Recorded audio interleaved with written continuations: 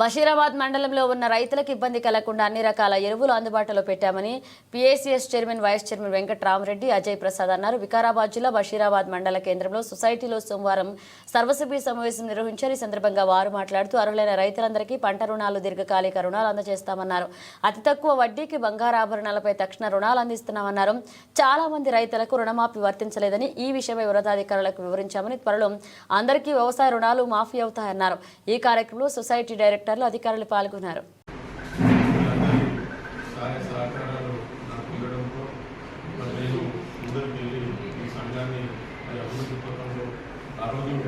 నష్టాలను ఉన్నటువంటి సంఘాన్ని మనం అన్ని రకాల వ్యాపారాలు చేసి ఈరోజు అభివృద్ధిలోకి తీసుకొని రావడం జరిగింది. ఈరోజు మనం ఏదైతే మార్చి మొన్న మాఫీ ఇంకా కొన్ని మిగిలినాయి. ఈరోజు ఆ మెంబర్లు అందరికీ కూడా మళ్ళీ మనం రీలోడింగ్ ఇచ్చడం, దాంట్లో ఎక్కువ కొందరికి తక్కువ ఉంటే కొంత ఎక్కువ చేసినాం కూడా. తర్వాత మనకు బ్యాంకు నుండి 20 లక్షల రూపాయలు కొత్త లోన్లు కొత్త వారికి ఇవ్వమంటని చెప్పి కూడా అవి కూడా ఇవ్వడం జరిగింది. మరి ఈ రకంగా మనకు వచ్చిన మాఫీ ప్రకారంగా మనం రైతులకు అందరికీ ఇవ్వడం జరిగింది. అలాగే మరి 900 మంది రైతులను మనం లీస్ట్ పంపిస్తే గవర్నమెంట్ 300 మందికి మాత్రమే రావడం జరిగింది ఇప్పటి వరకు.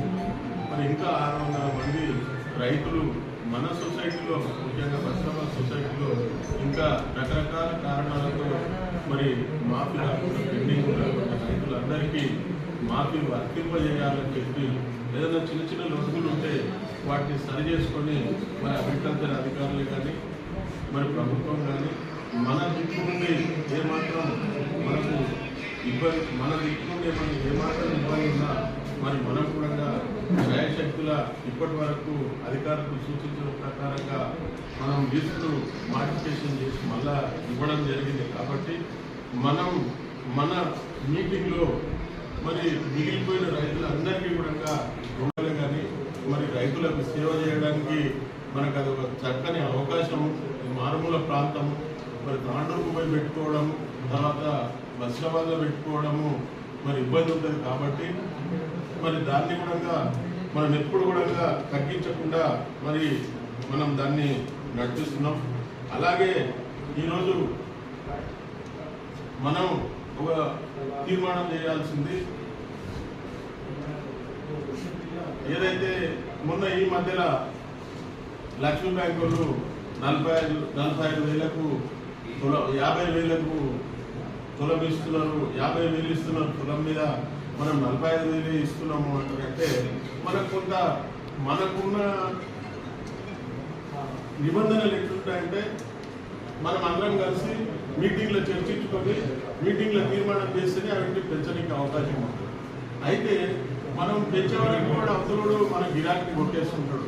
కాబట్టి ఇది నిరంతరం ఎప్పుడైనా కూడా అవతలోడు మనకు కాంపిటీషన్ చేయడానికి వస్తే దాన్ని మనము తీర్మానం చేసుకొని ఎప్పుడైనా మరి అధికారులకు మనం వాళ్ళతో పాటు మనం కూడా వెనుకబడకుండా మనం కూడా అదే మాదిరిగా మనం రైతులకు మరి డబ్బులు ఇవ్వాలని చెప్పి మనం ఇంకో తీర్మానం కూడా చేయాల్సింది. ఎందుకంటే మాటి మీటింగ్ పెట్టుకోలేదు, 3 నెలలకు మనం మీటింగ్ పెట్టుకుంటాం. ఈ మధ్యలో అవతలకి ఎక్కువ అయిందనుకో మనం మళ్ళీ మీటింగ్ వరకు మనం వానికి అవకాశం ఇవ్వాల్సి వస్తుంది, మీటింగ్ వరకు మనం ఆగాల్సి వస్తుంది.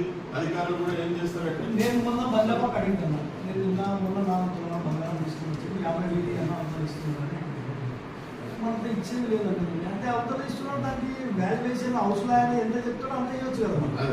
మన మీటింగ్ తీర్మానం సంబంధం లేదు. అది అటు మీటింగ్ పెట్టి తీర్మానం చేయాలని అంటున్నావు.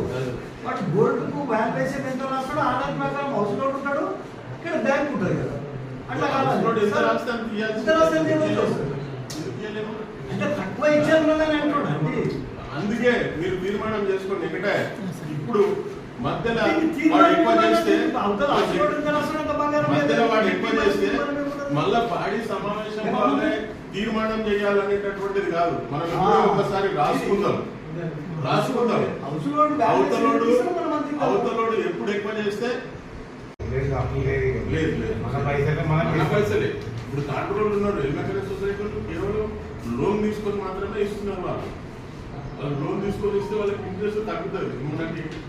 మనకు లాభం ఉండే పని. ఇప్పుడు మనం కూడా లోన్ తీసుకుంటాం, వాళ్ళు ఏమో క్యాష్ రేట్ తీసుకోండి అంటారు బ్యాంక్ వాళ్ళు.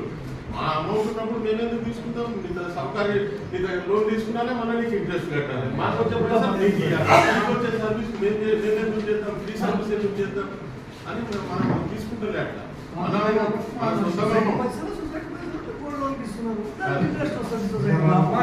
సొంతంగా ఉన్నప్పుడు ఏం చేసాం అంటే బ్యాంకులకి వెళ్ళి అప్పు తీసుకొని ఇచ్చినాం. అప్పుడు పైసలు ఇప్పుడు ఫిక్స్డ్ డిపాజిట్స్ 3,45,00,000 మన దగ్గర అట్లే ఉన్నాయి. తర్వాత డిసిసిబి కరెంట్ అకౌంట్లో 35 లక్షలు బిజినెస్ కోసం, డిసిసిబి సేవింగ్ అకౌంట్లో 2 లక్షల రూపాయలు. ఈ సంవత్సరం ఇచ్చిన రుణాలు 1,20,80,000 రూపాయలు ఇచ్చినాం. బంగారం మీద 2,53,00,000 ఈ సంవత్సరం ఇచ్చినాయి. వరి కొనుగోలు 1,74,00,000 రూపాయలు ఎరువులు మరి మొత్తం మీద మనకు 45 లక్షల చిల్లర మనం ఖర్చు పెట్టాం. వరి కొనుగోలు కమిషన్ మనకు 92,000 మాత్రం మధ్యలో ఒక సంవత్సరం ఒక సీజన్ మనకు డాడీ సరిగ్గా రాలేదు. ప్రైవేట్ మార్కెట్ వాళ్ళు మొత్తం అప్పుడు మనం తక్కువ బిజినెస్ అయింది కాబట్టి 92,000 వచ్చింది. అయితే మనకి ఇంకా చాలా డబ్బు మరి సివిల్ సప్లైల దగ్గర వచ్చేది ఉంది. ఇంకా 2-3 సీజన్ల అమౌంట్ వచ్చేది ఉంది. అది ఏమైందంటే ఈ లెక్కలు వాళ్ళంతా ఆఫీసర్లు మారడం తెలియదు. మన తట్లు గోరే సంచులు మన ఈ సంచులదే లేవు. ఏం చేస్తున్నారు, సంచులు పాతవి పంపిస్తారు, అవి లెక్క చూపెట్టున్నారు. అవేమో అక్కడ తడిసి ముద్ద